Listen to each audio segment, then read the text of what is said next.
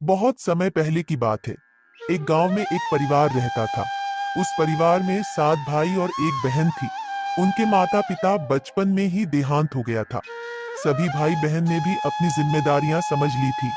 शुरू में सबको गुजारा करने में काफी परेशानी हुई थी, लेकिन समय के साथ उन्होंने माँ बाप के बिना जीना सीख लिया।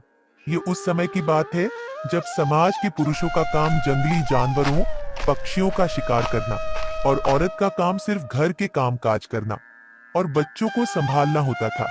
7 भाई और बहन गांव में बड़े प्यार से मिलजुल कर रहते थे। दिन निकलते ही सातों भाई शिकार के लिए जंगल निकल जाते और बहन सबके लिए खाना पकाती थी और घर के बाकी दूसरे काम करती थी। भाई जब जंगल से वापस आते तो साथ में जानवर, पक्षी आदि को मार कर लाते थे। बहन उनके मांस को पकाती और सब भोजन करते थे। ऐसे ही दिन गुजर रहा था। एक दिन 7 भाई जंगल में शिकार करने के लिए गए थे। शाम होने वाली थी। बहन सबके लिए खाना बना रही थी। जब वह सब्जी के लिए हरा साग काट रही थी, तभी हंसिया की तेज धार से उसकी उंगली कट जाती है। कटी हुई उंगली से खून बहने लगी।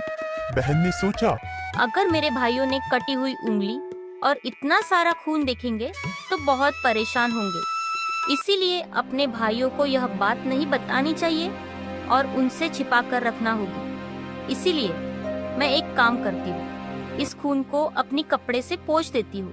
परंतु मेरे भाई कपड़े में लगे हुए खून के बारे में पूछेंगे तो मैं क्या जवाब दूंगी? मैं ऐसा करती हूँ कि मैं ये खून दीवार पर पोंछ देती हूँ, लेकिन फिर मेरे भाइयों को तो ये अच्छे से दिखाई देगा। क्या करूँ क्या करूँ? बहन बेचैन होकर इधर उधर घूमने लगी, लेकिन उसे कोई ऐसी जगह नहीं मिली जहां वह अपना बहता हुआ खून पोंछ सके और उसकी भाइयों की नजरों से बच सके। उसे कोई उपाय ना मिलने पर उसने सोचा, एक काम करती हूँ, खाने के लिए जो साग बना रही हूँ उसी में ये खून पोंछ देती हूँ। इससे मेरे भाइयों को कुछ नहीं पता चलेगा। उसने साग में खून पोंछ दिया। शाम को सभी भाई जंगल से वापस आए तो बहन ने सभी भाइयों के लिए खाना परोसा। आज 7 भाई जब खाना खा रहे थे तब उन्हें साग बहुत ही स्वादिष्ट लगा। सातों अपनी उंगलियां चाटते रह गए और अपनी बहन की तारीफ करने लगे। क्या बात है बहन, आज बहुत स्वादिष्ट साग बनाई हो। इतना स्वादिष्ट साग तो मैंने अपनी पूरी जिंदगी में कभी नहीं खाया। हाँ भैया, मैं भी इतना स्वादिष्ट साग पूरी जिंदगी में नहीं खाया। बहन ने कुछ नहीं बोला। दिन भर के थके होने के कारण सातों भाई उस दिन जल्दी सो गए। अगली सुबह रोज की तरह जंगल में शिकार करने चले गए। वे सभी आपस में बात कर रहे थे कि रात के भोजन में बहन ने जो साग बनाई थी वो बहुत ही स्वादिष्ट थी। हमने तो आज तक ऐसा स्वादिष्ट साग कभी नहीं खाया था।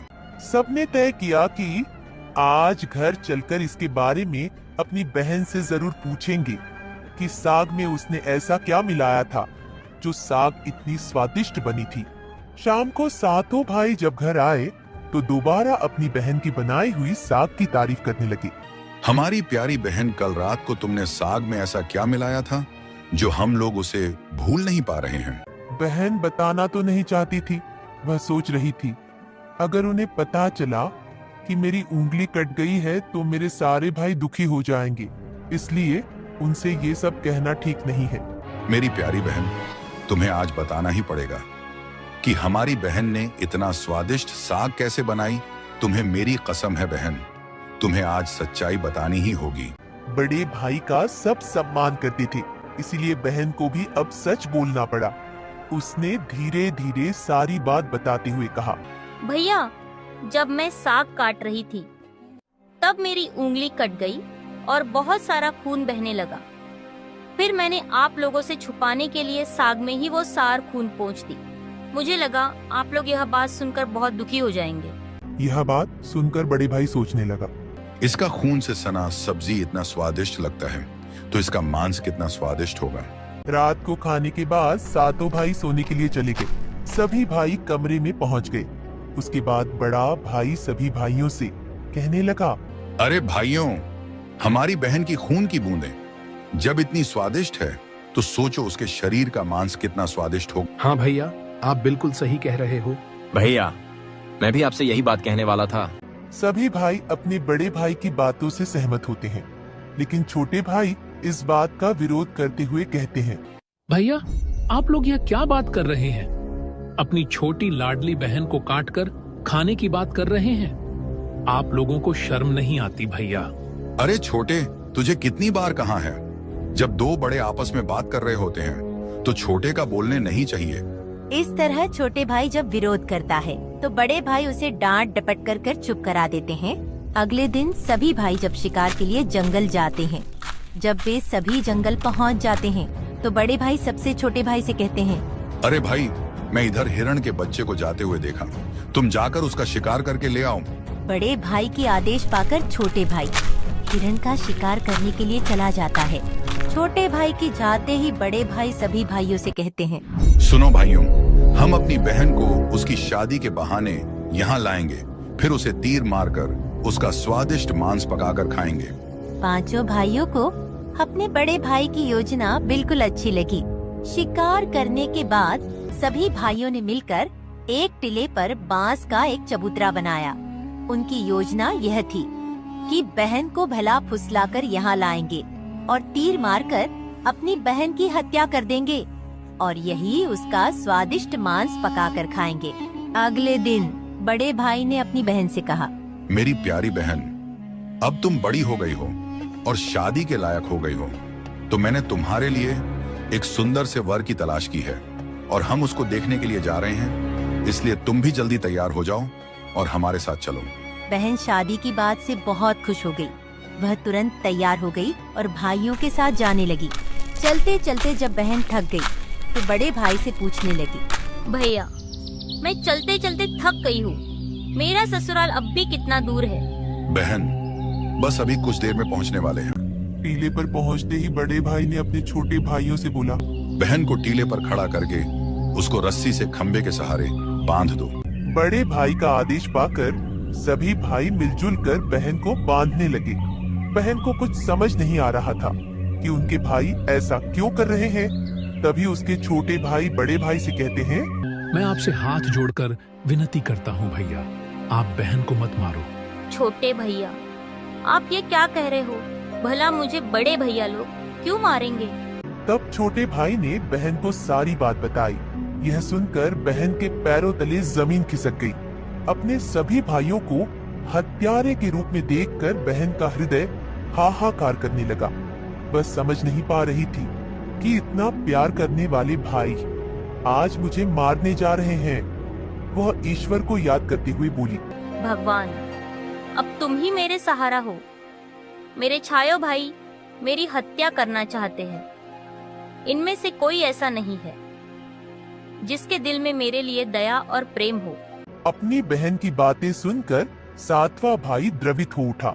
बहन की पुकार पर वह तड़प कर रह गया, परंतु उसे 6 बड़े भाइयों को रोकने का साहस नहीं हुआ। बहन को निर्ममता से बांधने के बाद बड़े भाई ने सबको बारी बारी से उस पर तीर से प्रहार करने का आदेश दिया। बड़ा भाई सबसे पहले हाथों में धनुष लेकर जब अपनी बहन पर प्रहार करने को हुआ, तब बहन भाई के सामने हाथ जोड़कर कहने लगी, मारो भैया, छाती में लक्ष्य करके मारो। भैया, छाती में लक्ष्य करके मारो। मारो भैया। बड़े भाई ने कठोरता दिखाते हुए तीर चलाया, पर उसका निशाना चूक गया और वह तीर दूर जा गिरा। उसके बाद अब दूसरा भाई तीर मारने को तैयार हुआ। बहन ने उसके आगे भी हाथ जोड़कर वही बात बोली, मारो भैया, मारो भैया, छाती में लक्ष्य करके मारो। भैया, छाती में लक्ष्य करके मारो। इसी तरह एक एक करके सभी भाइयों ने बारी बारी से बहन की छाती में लक्ष्य करके तीर मारने की कोशिश की, परंतु बहन हर बार यही बात कहती रही। 6 भाई तीर मारने में असफल रहे। अब 7वें भाई की बारी थी। सभी भाई छोटे भाई के पास गए। बड़े भाई ने छोटे भाई से कहा, छोटे, अब तू निशाना लगा। नहीं भैया, मैं निशाना नहीं लगा सकता। मैं अपनी बहन को नहीं मार सकता। देख छोटे, अगर तुम निशाना नहीं लगाओगे या तुम्हारा निशाना चूक गया तो हम सभी भाई मिलकर बहन के साथ साथ तुम्हें भी मार देंगे। बहन ने छोटे भाई की जान के बदले में अपनी जान न्यौछावर करने और अपने छोटे भाई को बचाने का निश्चय किया। और कहा, मारो भैया, छाती में लक्ष्य करके मारो भैया, छाती में लक्ष्य करके मारो, तुम्हारा तीर मेरे छाती में लग जाए, मारो भैया। छोटे भाई ने रोते रोते तीर चलाया और उसका तीर बहन के छाती में जा लगा और उसे तड़प दी। कुछ देर छटपटाने के बाद उसके प्राण निकल गए। छोटा भाई बहुत ही दुखी था। वह अपने अंदर घुटकर भाई ने मिलकर अपनी बहन के शरीर को नीचे उतारा। 6 भाइयों ने मिलकर बहन के शरीर को टुकड़ों में काटने लगा। छोटा भाई वहां पर आया और कहने लगा, मेरे बहन के शरीर को मत काटो, मेरे बहन के शरीर को मत काटो। बड़ा भाई ने सोचा, इसको यहाँ से हटाना पड़ेगा। हाँ, इसको लकड़ी के लिए भेज देता हूँ, वह भी छोटा सा रस्सी देकर। फिर देखता हूँ कैसे लकड़ी लापता है। फिर यह जंगल की तरफ उलझ कर रह जाएगा। फिर हम आराम से बहन के शरीर को टुकड़े टुकड़े कर पाएंगे। सुन छोटे, ये रस्सी लेकर जा और बहुत सारी लकड़ियां जल्दी लेकर आना। अगर लकड़ियां नहीं ला पाया, तुझे भी मारकर पकाकर खा जाएंगे।